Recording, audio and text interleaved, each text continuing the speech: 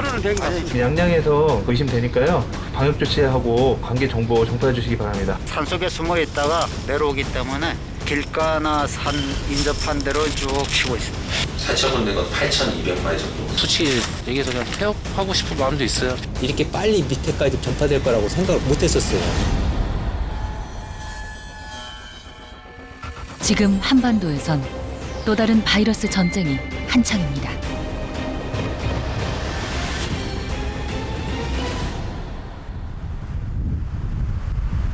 요즘 경기도 인근의 야산은 일반인들이 출입할 수 없는 곳들이 많습니다.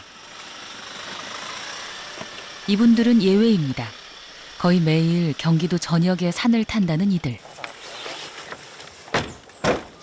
이쪽을 수색할 거예요. 그러니까는 지금 예, 그러니까 이쪽 계곡으로 해서 한 3, 4분 능선 타거나 그렇지 않으면 지금 또 저쪽 소나무 있는데 거기 7, 8분 능선 타든가 해서 여기로 가서 여기서 이렇게 예, 이쪽에서 저쪽이 안부 능선도 있잖아. 현재 포천에 그 양돈 농가가 많아요.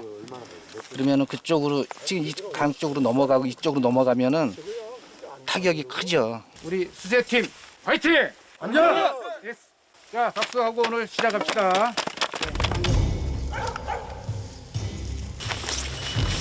여기 갈대수, 예? 여기도 훑으면서 이렇게 올라가자고.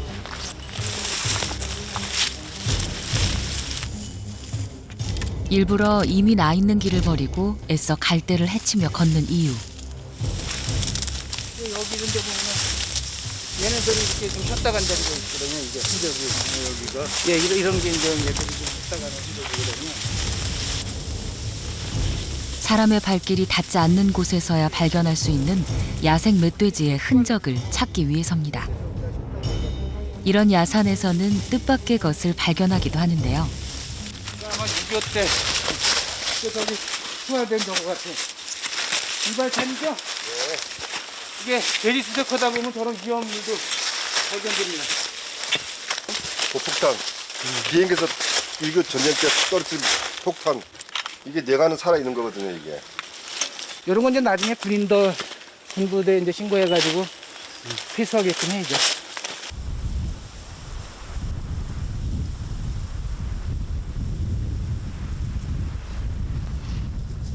맹렬한 한파에 산줄기를 따라 흐르던 물가도 얼어버렸는데요.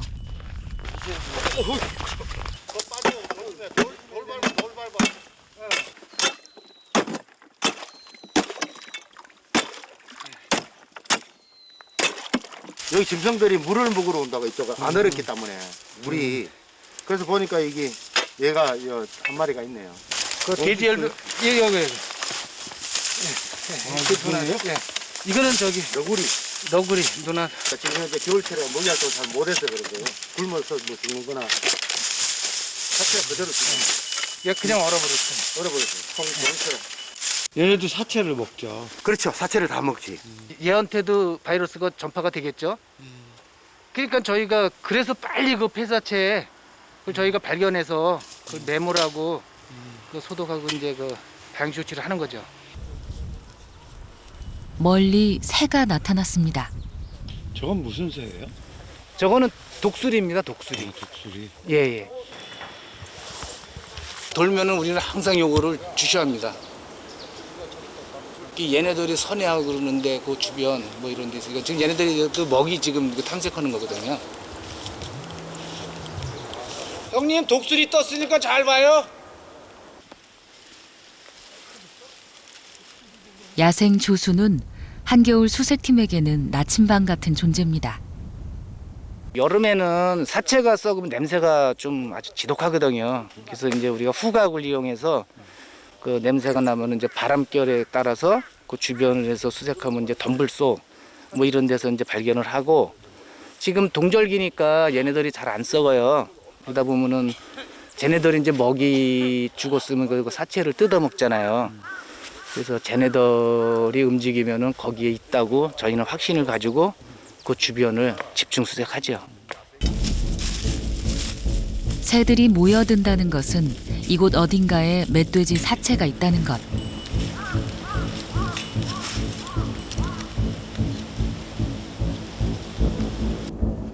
독수리에 까마귀까지 멧돼지 사체가 훼손되기 전에 걸음을 서둘러야 합니다.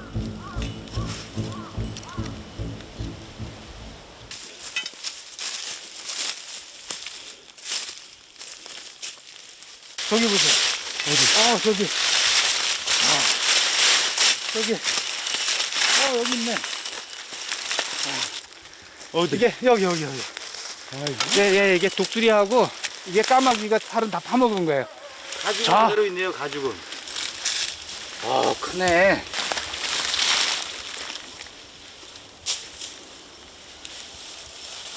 이게 한 180에서 한 200kg 정도 그 정도 될 것 같은데요.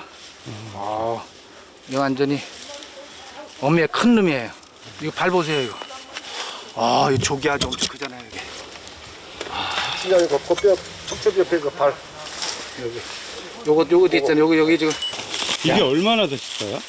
한 일주일에서 열흘이죠. 그 사이에 이렇게 없어져요? 까마귀 독수리가 달겨들면 이 정도면 그래도 많이 남은 겁니다. 뼈만 남은 사체를 앞에 두고 서둘러 방역복으로 갈아입는 이유.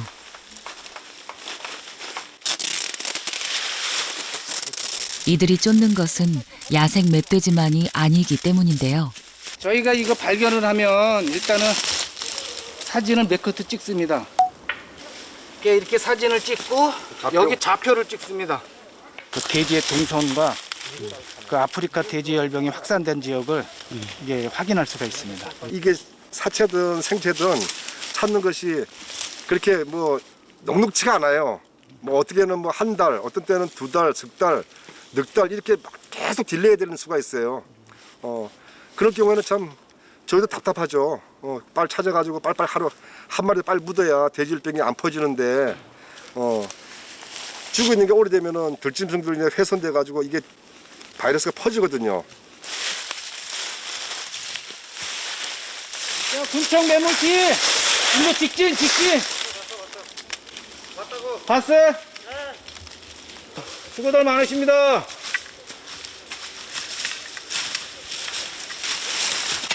이들이 쫓고 있는 것은 야생 멧돼지를 매개체로 전파되고 있는 아프리카 돼지 열병 ASF인데요.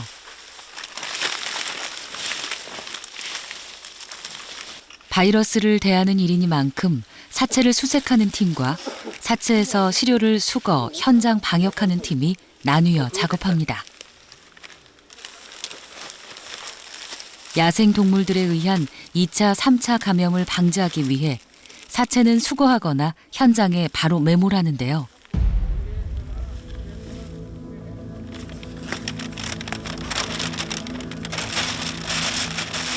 돼지과에 속하는 동물에게만 영향을 미치며 치사율이 거의 100%에 이르기 때문에 돼지 흑사병으로 불리기도 하는 ASF.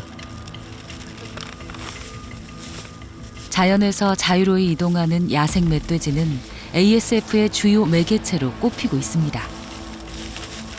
요 이제 내일 또 여기 수색을 해야 되거든요. 근데 저희도 요 근처로 가면 안 됩니다, 이제.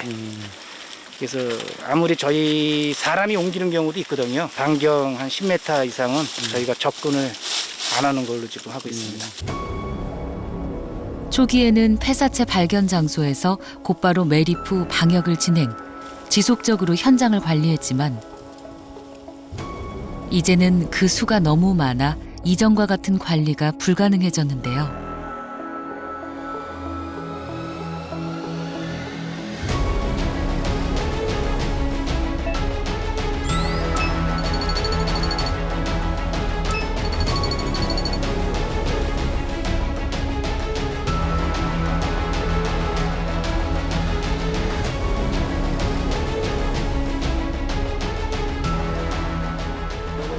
부터 9월까지는 거의 발견이 안 됐고요.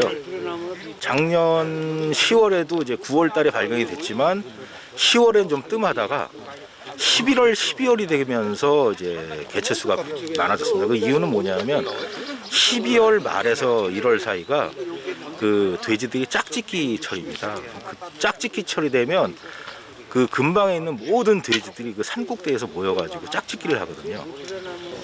그 폐사체가 보통 죽어 있을 경우에 400m 반경 400m 안에 있다고 보기 때문에 어제 발견된 곳을 중심으로 해서 그 반경 내에서 오늘도 수색을 들어갈 예정입니다. ASF가 국내에 처음 등장한 것은 2019년 9월. 경기도 파주에 이어서 연천에서도 아프리카 돼지열병 확진 판정이 내려졌습니다.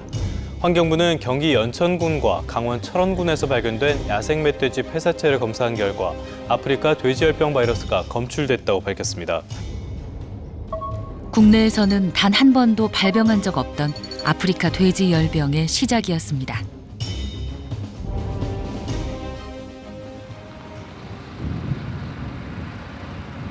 네, 성우쌤 일로 와봐요. 네. 이 시료가 지금 양성으로 의심이 되는 것 같은데. 네. ASF의 감염 여부를 확인하는 이곳은 국립야생동물질병관리원입니다. 그 관계기관에 연락하시고 추가적으로 방역 조치하고 농식품부 등 관계 정보 정파해 주시기 바랍니다. 예, 감사합니다. 전국에서 보내오는 멧돼지 시료들. 최근에는 강원 도발 시료가 늘었습니다. 보통 지금 현재는 한 50개 정도가 되고요. 그다음에 이제 수렵이나 이런 것들이 많아지게 되면 그런 경우에는 하루에 100건 이상 시료가 분석 의뢰가 들어오고 있습니다. 그때 보통 1년에 한 200두나 300두 정도를 검사를 했었는데 지금은 이제 아프리카 돼지열병이 발생하고 나서는 1년에 10,000두 이상 검사를 하고 있습니다. ASF가 처음 발견된 것은 1921년 케냐에서였습니다. 무려 100년 가까운 시간 동안 전 세계 양돈 농가에 피해를 주었지만 아직 백신도 치료제도 개발되지 않았다는데요. 아프리카 돼지열병 바이러스는 특징이 바이러스 자체가 굉장히 큽니다. 사이즈가 굉장히 크기 때문에 연구하기 어려운 부분도 있고 동물에 접종을 해서 적정 기간 살아있는 상태에서 항체를 유도하고 그 항체의 역할들이나 또 항체의 어떤 구조를 밝혀야 되는데 걸리면 바로 죽어버리는 그런 특성이 있어서 아직까지는 백신 개발이 잘 진행이 되고 있지는 않습니다.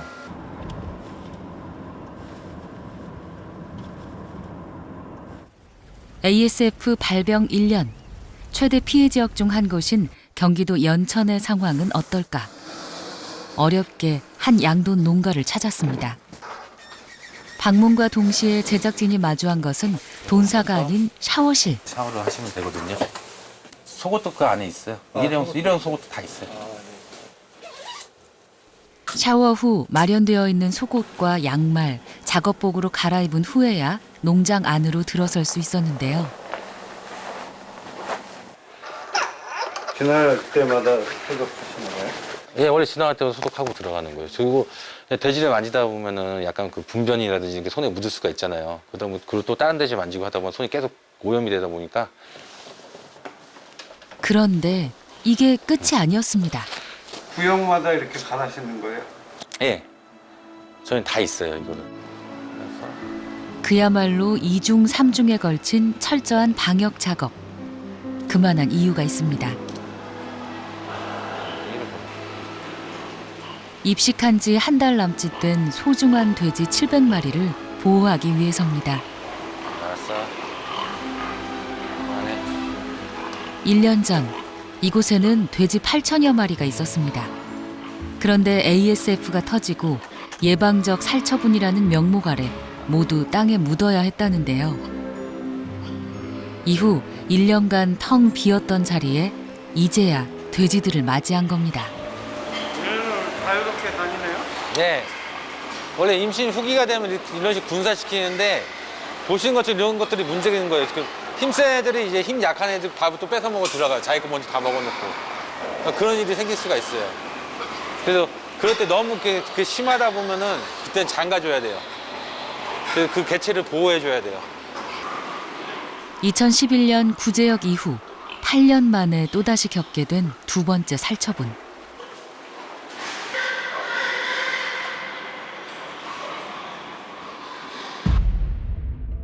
잔인하지만 계속 확산하고 있는 아프리카 돼지열병을 막기 위해 해야만 하는 일이 바로 돼지를 죽여 없애는 일인데요. 키우던 돼지를 죽여야 하는 농가뿐만 아니라 돼지가 묻힌 지역의 인근 주민들도 악취와 위생 문제 때문에 고통을 받고 있습니다. 어떤 직원이 와서 얘기하더라고요. 옆에 있는 애가 며칠 동안 잠을 못 잤다고. 그런 트라우마를 가질 수밖에 없어요. 이거 아마 평생 안게 되는 고통일 거예요. 잊지 못할 고통이죠. 묻어보지 않은 사람은 그걸 몰라요. 그 고통을. 그런데 같은 살처분이라도 구제역에 비해 ASF로 인한 살처분의 고통이 더욱 컸다는 이창번 씨.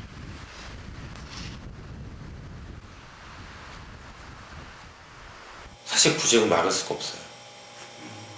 구제역이 터진다는 거는 그 바이러스의 전파력이 너무나도 확산 속도가 너무 빨라가지고 다른 데 농장에 살처분한 포크레인이 저희 농장 옆으로 지나갔어요. 근데 그때는 장비도 못 구하고 살처분하기 바빴던 거예요, 다. 그 포크레인 지나가고 나서 저희가 이틀 뒤에 돼지를 내부에서 이동을 했는데 딱 바깥에 2m가 노출돼 있었어요. 그 이동한 돼지들이 2-3일 뒤에 구제역 증세를 보이더라고요. 구제역은 진짜 바이러스 구제역은 막을 수가 없어요, 농장에서. 그렇지만 ASF는 문제 없이 갈 수 있다라고 보시는 거네요. 충분히 막을 수 있죠. 치사율은 높지만 구제역에 비해 전염성이 낮은 ASF는 방역시설만 단단히 갖춘다면 예방적 살처분이 아니어도 확산을 막을 수 있다는 겁니다. 많은 소비자들이 좀 잘 모르는 것 중에 하나가 뭐냐면은 그런 도출 과정에서도 항생제 검사를 다 해요. 일반 저희가 그 도출을 했을 때 항생제가 한 마리라도 검출되면은 그 출하에 제한을 받고 그게 3번 정도 걸리면 저희도 이게 폐업을 해야 돼요. 그만큼 좀 법도 세고 그리고 좀 체계가 좀 강압적인 것도 있지만 좀 체계가 좀 잘 돼 있는데도 불구하고 그렇게 좀 터무니없이 너무나도 많은 농장을 살처분했다는 거는 너무 진짜 정말 많이 억울했죠. 이렇게 불리한 살처분과 몸만 터졌다 하면 일단은 다 묶고 보자 하고 이건 아닌 것 같아요. 전체적으로. 살처분이라는 고통의 기억으로 맞닿아 있는 구제역과 ASF. 그렇다면 두 바이러스는 어떻게 다른 걸까요? 구제역 바이러스하고 아프리카 돼지열병 바이러스하고는 좀 차이가 납니다. 구제역 바이러스는 공기 전파가 가능하기 때문에 공기를 통해서 바이러스 입자가 조금 먼 거리라도 전파가 돼서 이제 전염이 일어날 수가 있는 상황이 됩니다. 그래서 조금 더 광범위한 전염이 일어날 수가 있고요. 아프리카 돼지열병 같은 경우에는 접촉을 통해서만 전파가 일어납니다. 그래서 반드시 바이러스 원인체가 묻어있는 것이 노출이 되어야만 돼지가 감염이 일어나게 되는 것이죠. 두 바이러스에 대한 방제 대책은 그래서 별도로 세워지고 별도로 실행을 해야 됩니다. 예방적 살처분과 수매 조치로 첫 발병 한 달 새에 연천군 내 모든 돼지가 사라졌지만 ASF의 확산은 막지 못했습니다. 중국도 그렇고 우리나라도 그렇고 발생 초기에는 경험이 없었기 때문에 예전에 경험했던 그 상식에 의해 가지고 굉장히 전염력이 높을 테니까 미리미리 살처분을 하자. 그것은 아마 전 세계적으로 많은 국가들이 처음 경험한 국가에서는 당연히 살처분 정책으로 갈 수밖에 없는 그 배경이 있었었고요. 그런데 실제로 발생 이후에 경과를 추이를 지켜보니까 전염력이 높지 않았다라는 얘기죠. 그러니까 예전 발생 초기에는 살처분 정책이 맞았지만 그 이후로는 우리가 이런 역학적인 사실을 안 순간부터는 정책을 빨리 바꿔서 써야 되는 건데 여전히 그 정책을 유지하고 있다는 것은 여러 가지 문제가 많은 거죠. 2021년 희망으로 포문을 열어야 할 새해를 목전에 두고 충격적인 소식이 전해졌습니다. 강원도 내 최남단 영월에서 감염 멧돼지가 발견된 겁니다. 그동안 정부에서는 야생 멧돼지의 남하를 막기 위해 무려 1,700km에 달하는 울타리를 설치했는데요. 이 울타리를 뚫고 무려 60여 킬로미터나 남하한 겁니다. 영월에서의 감염 소식이 충격적인 또 다른 이유. 국내 최대 양돈업계들이 모여있는 충청권과도 인접된 곳이기 때문인데요.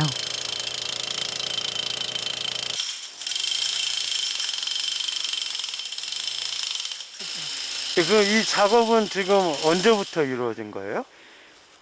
지금 한 일주일 정도 됐습니다. 아, 사건 터지자마자 시작한 거예요? 다시 영월을 중심으로 기나긴 울타리가 세워졌습니다. 지금 그 발생 지점 그 주변 그 차단하기 위해서 지금 발생 지점 주변에 그 16km 면적은 대략 한 14 제곱킬로미터 정도를 지금 설치하고 있습니다. 지금 저희가 그 31일 날 그 확진 받고 그날부터 바로 해서 지금 한 8일 걸려서 내일 모레면 다 이제 설치 완료합니다. 그런데 이 새로운 울타리가 채 완성되기도 전에 또 한 번 강원도를 발칵 뒤집는 소식이 전해졌는데요.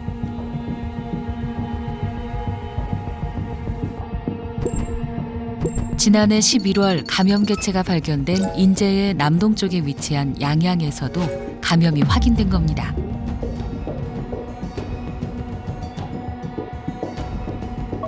비용만 960억 원이 들었다는 울타리는 야생 멧돼지의 남하를 막을 수 있는 걸까요?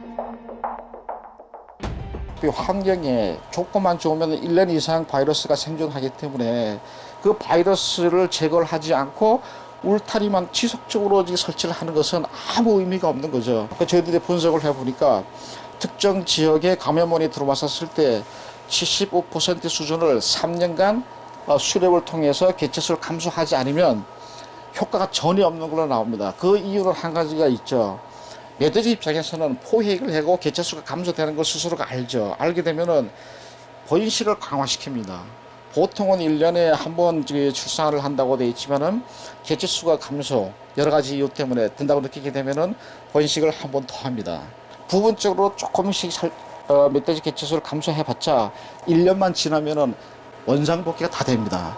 계속 지금 굉장히 많은 돈들이 환경부 예산이 울타리를 설치하는 데로 이렇게 가고 있는데 그거의 목적이 멧돼지가 더 확산되지 않아서 집돼지와의 어떤 접촉들을 막기 위한 거로 저는 이해를 하거든요. 근데 실제 보면 매번 그게 이렇게 실패하고 좀 넘어가고 그런 식이 돼버리잖아요. 차라리 개인적인 생각으로는 그럴 바에 그 많은 돈을 집돼지를 보호하기 위한 거라면 차라리 그 농장들 주변에 이중울타리를 차라리 치라 이거예요. 농가들한테 치라고 하지 말고. 그 돈이면 제가 볼 때는 충분히 치고 남지 않을까라는 생각이 드는 거죠.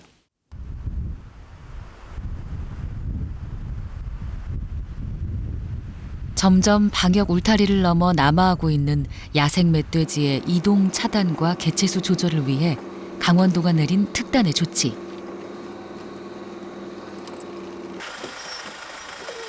엽사와 사냥개를 동원한 광역 수렵장 운영인데요. 단순히 이동을 차단하는 울타리에 그치지 않고 돼지열병의 매개체인 멧돼지의 개체수를 줄이기 위해 멧돼지 사냥에 나선 겁니다.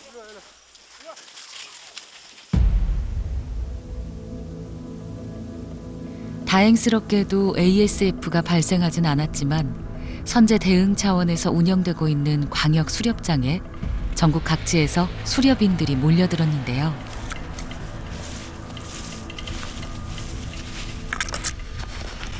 황병산하고 연결된 산이라 가지고 돼지가 이리 가끔 많이 내려와요. 이쪽은 지금 돼지열병에서 피해가 좀 없대요? 이쪽으로는 아직 돼지 열병 피해는 없고요. 아직 여기까지는 안 하는데, 그리고 돼지 열병 폐사체도 아직 여기서는 안 나왔어요. 네. 아무튼 돼지 열병 때문에 멧돼지가 순환을 겪고 있습니다.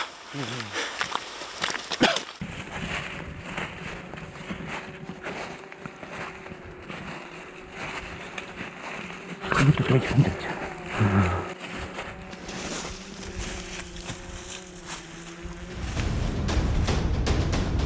멧돼지는 몸이 가려우면 나무에 비비는 습성이 있는데 이로 인해 껍질이 벗겨진 비빔목은 영역 표시의 방법이기도 합니다.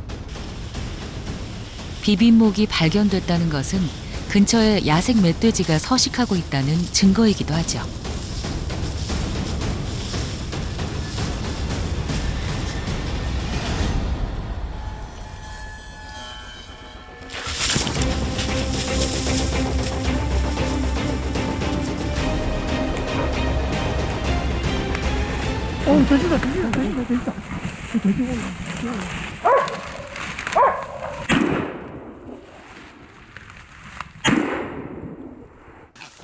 커다란 체구만큼이나 쉽게 잡기 힘들다는 야생 멧돼지.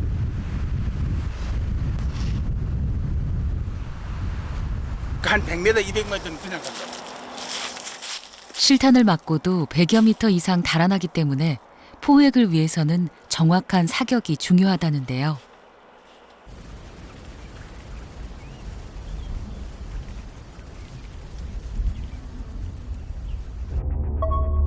포획 포상금 50만 원을 내건 덕에 전국 각지의 엽사들이 모여들었지만 우려의 목소리도 나옵니다. 이게 너무 광범위하게 푸는 것도 문제가 돼요. 올해는 5개군 풀었잖아요. 비용도 많고. 그런데 사실 사냥이라는 게 자기 지역을 벗어나가지고는 잘 못해요.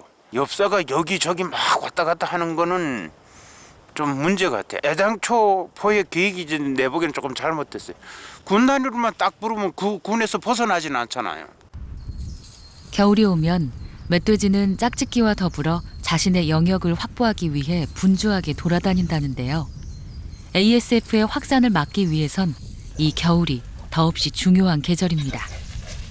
지금 이제 멧돼지가 짝짓기철인데 이제 수컷과 암컷이 만나는 시기죠. 근데 수컷은 여러 마리의 암컷을 거느리고 있습니다. 그래서 수컷 한 마리가 감염이 되면 여러 마리 암컷이 동시에 감염이 되는 거고, 이 암컷이 감염됐을 때 다른 수컷에 옮기면 다른 수컷은 또 다른 암컷 여러 마리에 감염을 시키는 거예요. 그래서 지금 이런 게 연쇄 반응으로 일어나기 때문에 뭐 가을철이나 여름철보다는 전파가 훨씬 더 멀리 빠르게 될 수 있습니다. 근데 그보다 더 중요한 거는 뭐냐면은 이 사람에 의한 교란입니다. 방해 동작이죠. 자기가 원래 살던 곳을 사람이 와서 뭐 개를이나 총소리를 낸다면은, 그러니까 처음에는 순간적인 도망을 가겠지만은 그게 지속적으로 일어나면 멧돼지는 거기가 위험한 곳이라 생각하고 서식지를 아예 떠나버립니다. 그래서 멧돼지를 포획하는 데 있어서 가장 중요한 건 뭐냐면은 한 번, 두 번 만에 포획을 해야 됩니다. 그 멧돼지가 그 서식지를 떠나게 되면은 더 멀리 이동을 하는 거죠. 그래서 엽사 선별이 필요한 거죠. 가장 포획률이 높은 엽사를 선별해서 해야 됩니다. 근데 지금은 광역 수렵장을 개설해서 일반인까지도 다 수렵에 참여하게 합니다. 엽사의 경험이 부족한 엽사 같은 경우는 멧돼지를 포획하지 못하고 계속 교란만 주게 되는 거죠. 그러면 멧돼지는 떠날 수 있습니다. 예, 그래서 이런 복잡한 과정을 멧돼지를 관리하는 데 있어서 필수적으로 이해를 하고 정책을 수립해야 됩니다. 강원 최남단인 이곳 영월에서도 양성 판정을 받은 야생 멧돼지 수가 무려 8건에 달하는데요. 그 사이 강원도 내 감염 건수는 전국 발생 건수의 52%에 달하게 됐습니다.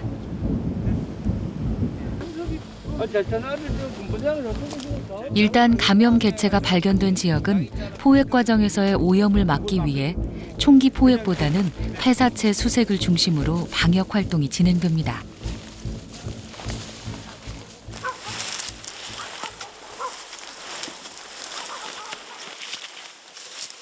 한 5일, 오늘 6일째 됐는데요. 저기 금마리에서 한 7마리, 그리고 여기 탄원에서 오늘 2마리, 어제 2마리, 오늘 1마리, 지금 그렇게 총 찾았거든요. 한 10마리를 이제 찾았는데, 지금 계속 산을 타고 하루에 아침에 9시에 나와서 3시, 4시까지 계속 산을 타야 되니까 많이 좀 힘들지.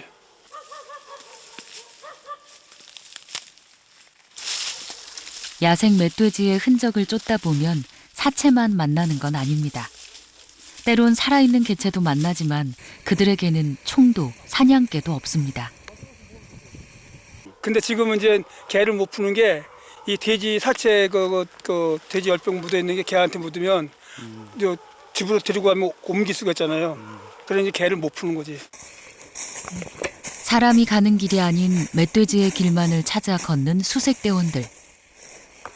낙엽 가득한 겨울 산행이 힘든 건 제작진뿐인가 봅니다.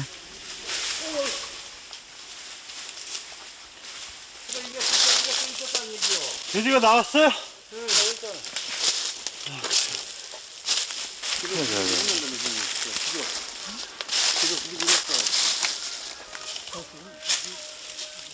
죽은 지 얼마 안 되어 보이는 성체의 야생 멧돼지가 발견됐습니다. 어우, 어렵다. 그런데 사체를 앞에 두고 또 다른 걱정이 이어집니다. 밑에 들매다. 어디로 가서 또 쏘는 가서 뒤졌다는 얘기예요. 아니, 어디 있어. 죽진 않고. 그 근방에 어디 있겠죠, 근방에. 그게 약하지 않을까, 이게. 근방에 뭐가 있어요? 같이 동료들. 하고 같이 댕기는 게 있고. 같이 다니던 애들이 있거든. 돼지는 무리 지어서 다니니까 어딘가 또 다른 돼지가 죽어 있을 수도 있어. 얘가 다 터졌어. 이게 이거 도둑이 나오겠다. 이게 여기서 지금 시도 채취는 여기서 못해 안 돼. 이거 피 제가 다 흘린다. 그냥 가야 돼. 멧돼지 폐사체를 발견할 때마다 부디 감염 개체가 아니길 빈 적이 한두 번이 아닌데요.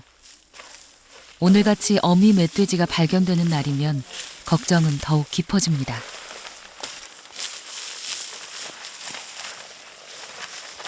이게 지금 암놈이기 때문에 이게 이제 요 새끼 달린 게 아마 새끼가 있을 거예요. 그 주위에. 근데 이제 그 새끼가 달렸으면 애미가 죽었으니까 새끼도 죽을 가능성이 많죠, 이게.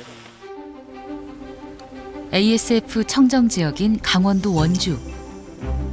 지난 2011년 구제역 당시 겪었던 살처분의 악몽이 아물어가는 곳이기도 합니다.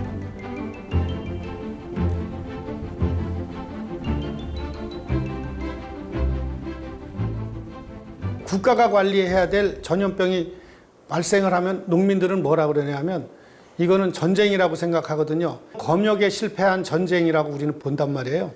2011년도에 22,000마리를 묻었는데 벌써 이제 9년 됐죠. 그런데 아주 떠올리기도 싫은 기억이지만. 그런데 ASF로 인한 피해는 여느 농가 못지 않다는데요. 2달 넘게 계속되는 이동 제한 행정명령 때문이었습니다. 이동 제한이라 하면 아주 완전히 꼼짝 못하게 하는 이동 제한이 있고 권역 내에서만 돼지와 분뇨 이런 게 움직이게 하는 단계가 있는데 지금은 꼼짝 못하게 하는 거는 풀어줬지만 평소에 출하하던 곳에다가 출하를 못하게 돼 있어요. 그래서 한 달에 눈에 보이지 않고 인정받기 어려운 피해가 한 2, 3억씩 지금 발생을 하고 있는 거죠. 한 달에? 예. 예. 이곳에서 100여 킬로미터 떨어진 화천에서 발생했다는 이유로 경기, 충청, 경상도 등으로의 돼지 출하가 막힌 겁니다. 우리나라 지금 모순이 뭐냐면 투트랙으로 가다 보니까 농장에서 가까운 데서 멧돼지가 죽어서 몇 마리가 발견이 돼도 그냥 돼지 팔고 하는 거 다 하는 거예요. 근데 그러다가 그 농장에서 만약에 발생을 했다. 그러면 그냥 그때부터 발칵 뒤집히는 거예요. 그게 집돼지에서 발생한 거나 옆에서 산에서 발견된 거나 다를 게 뭐가 있냐 이거죠. 현재 ASF 중앙사고수습본부는 멧돼지는 환경부가, 사육돼지는 농림축산식품부가 관리하고 있는데요. 그러니까 태양이 두 개인 거죠. 태양이 두 개이다 보니 각각 째이는 곳이 다르다 보니 나타나는 문제 아닐까라는 생각이 드는 거죠. 집돼지와 관련해서는 실제 보면 농림부가 아주 놀라울 정도로 그 신속한 집행을 통해 가지고 통제를 하잖아요. 그러니까 제가 볼 때는 좀 무리하다 싶을 정도의 돼지를 아예 비워버리는 그런 전략들까지 쓰면서 했는데, 근데 집돼지만 잡아보고 사실은 아무런 통제 없이 다니는 멧돼지가 실질적인 숙주 역할을 하고 있다고 다들 추정을 하고, 물타기를 치는 목적이 집돼지를 보호하기 위한 건지 아니면 멧돼지를 보호하기 위한 것인지 그것도 사실은 불명확하거든요. 양돈 농가의 바이러스 대책은 농림축산식품부 담당이지만 주 매개체인 멧돼지나 광역 울타리 관련 업무는 모두 환경부 소관인데요. 컨트롤 타워가 일단 문제였다라는 말은 지적 안 할 수가 없습니다. 야생 멧돼지를 총괄하는 환경부에서는 전염병 관련된 그 경험이라든가 이력을 가지신 분들이 거의 없습니다. 야생 멧돼지 생태계 보호라는 측면을 지금까지 강조해 왔기 때문에 ASF는 농장에 위험을 주는 야생 조수거든요. 그러면 이 멧돼지를 어느 쪽에서 컨트롤 타워를 가지고 총괄해야 되겠느냐? 당연히 농식품부가 해야 됩니다. 농식품부에서는 그동안 가축 전염병에 대응을 하기 위해서 굉장히 많은 경험과 노하우를 가지고 있지만 그에 비해서 환경부는 보호라는 측면을 했고 조사 연구를 해봤지 질병은 경험이 없는 쪽이거든요. 그러니까 야생동물 질병관리원이 개원을 해서 지금 질병 관련된 전문가들을 초빙을 한다고 하지만 그 시간적인 상당히 그 경험이 좀 필요할 것 같고요. 컨트롤 타워의 또 다른 문제, 바로 야생 멧돼지 전문가의 부재라고 하는데요. 오히려 돼지열병이 걸리면은 멧돼지 몸에도 오한이 오기 때문에 움직이지를 못합니다. 목욕도 안 합니다. 그러다가 죽는 겁니다. 그러니까 이런 잘못된 가설을 바탕으로 하니까 폐사체 수색에도 문제가 생기는 거고 뭐 전반적인 정책이 잘못된 방향으로 가는 거죠. 10몇 개월이라는 시간이 지나면서 농장 경영주들 많은 고생을 했습니다만 참 아이러니하게도 당국의 방역 정책만 믿을 것도 아니고 농장 스스로 내 농장은 내가 지킨다라는 각오로 열심히 해주는 그 방법이 유일하지 않을까. 또 그리고 우리는 이 과정 속에서 과거의 경험으로부터 제발 한 가지라도 좀 배우자. 이 부분에 대해서는 정말로 좀 강조드리고 싶습니다.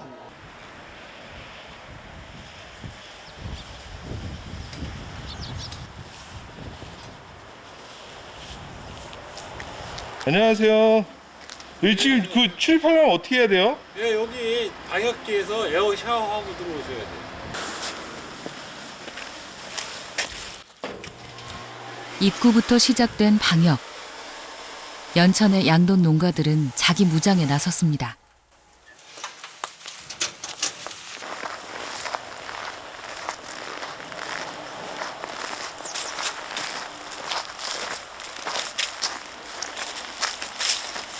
여기 이게 그 멧돼지 남하를 방지하기 위해서 정부에서 쳤던 그 광역 울타리고요. 저희가 이제 농장에서 자체적으로 한 것이 여기 1차 울타리, 여기 2차 울타리인 거죠. 완전히 밀봉을 해놓은 그 상태예요. 고양이 한 마리 들어오기가 쉽지 않은 구조. 농가 바로 옆으로 정부의 방역 울타리가 설치됐지만 이중길 씨는 직접 사비를 들여 농장 전체를 둘러싸는 이중 방역 울타리를 설치했습니다. 지금 울타리가 이 라인으로 하나 쳐져 있고 철망으로 요 라인에 하나 또 쳐져 있고 이런 판으로 이 라인을 또 막았어요. 그래서 여기가 이제 돼지를 키우고 있는 데인데 멧돼지가 접근하려면 한 번, 두 번, 세 번을 끌고 해야 돼요. 이게 농장으로 들어가는 유일한 통로예요. 유일한 통로인데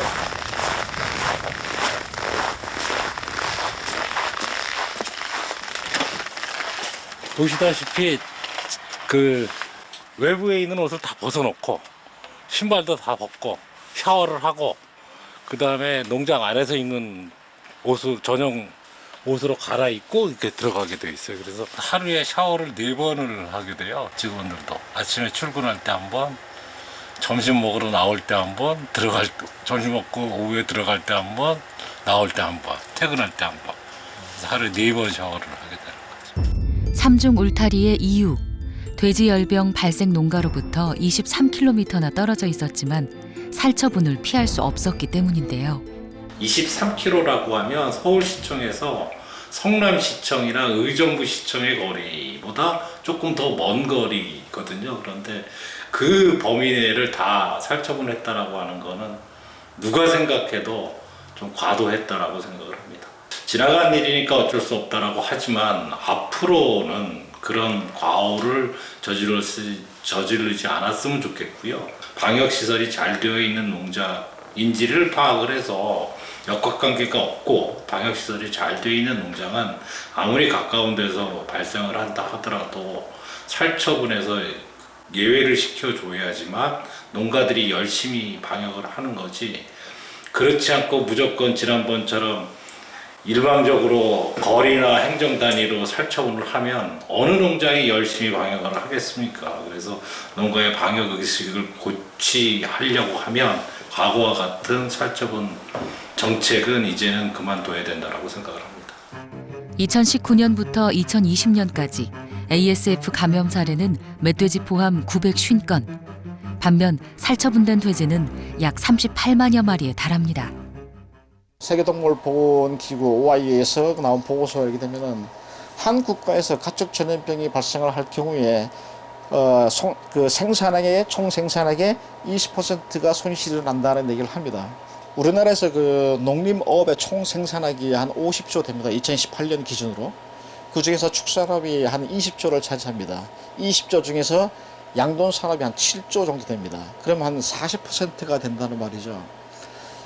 양돈 산업이 40%를 차지하는 이 생산 그 조직 자체가 ASF 발생으로 무너질 수가 있다는 얘기죠. 이거는 굉장히 심각한 문제인 거고요.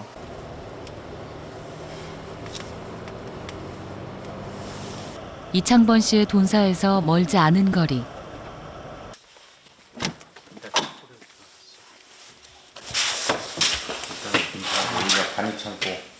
그가 처음 양돈업의 꿈을 키웠던 아버지의 돈사가 있습니다. 또 여기는 정말 부모님도 땀을 많이 흘렸던 곳이 장소고 저 또한 그 학교 졸업하고 나서 꿈을 키웠던 곳이다 보니까 저한테는 애착이 많이 가는 곳이죠. 처음 겪는 것도 일도 아니고 두 번째이다 보니까 또 첫 번째 겪으면서 어머니가 건강을 잃으시는 걸 옆에 다 지켜봤고 저 또한 지켜봤고 그러면서 또 두 번째 겪는다는 건 정말 있을 수 없는 일인데 그거를 또 두 번째나 겪고 그것도 이번에 너무 억울하게 이렇게 된 거잖아요. 그러다 보니 좀 많이 힘들죠. 26년간 부모님이 땀과 정성으로 일궈오며 가족을 건사하던 삶의 터전이지만 구제역에 이어 돼지 열병으로 또다시 진행된 살처분에 문을 닫았습니다. 재입식해야죠. 재입식을 해야 되는데 어미돼지를 넣어가지고 또 많은 시간 동안 또 수입이 없을 거고 또 그 수입이 없는 상태에서 유지를 하면서 또 돈이 계속 들어간다는 게 또 그때 동안 사육을 하면서 키운다는 게 자신이 없어요. 저는.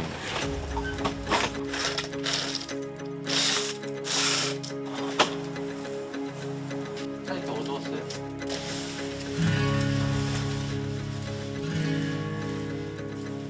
살처분 됐을 때 그런 후회를 많이 했어요. 왜냐면 아들이 이제 좀 있으면 이제 6학년이 되지만 초등학교 입학할 때부터 이거 준비해서 움직였어요. 그래서 가족여행이라는 것도 한 번 안 가봤는데 참 딴 건 다 괜찮은데 아들한테 제일 미안하더라고요. 그런 초등학교 때 추억이 하나도 없었던 거예요. 제가 빨리 좀 자리 좀 잡고 그리고 좀 늦었지만 애들하고도 좀 좋은 시간 좀 또 가질 수 있는 시간이 있었으면 좋겠어요. 이제 그것도 다 확인하고. ASF가 이대로 남아한다면 그 피해는 상상하기도 어렵습니다. 양돈 농가의 생계만이 아닌 우리 경제를 뒤흔들 수 있는 코로나 시대 또 다른 바이러스 전쟁. 부디 ASF의 남하가 하루빨리 멈추길, 달라질 방역 당국의 대책을 기대합니다.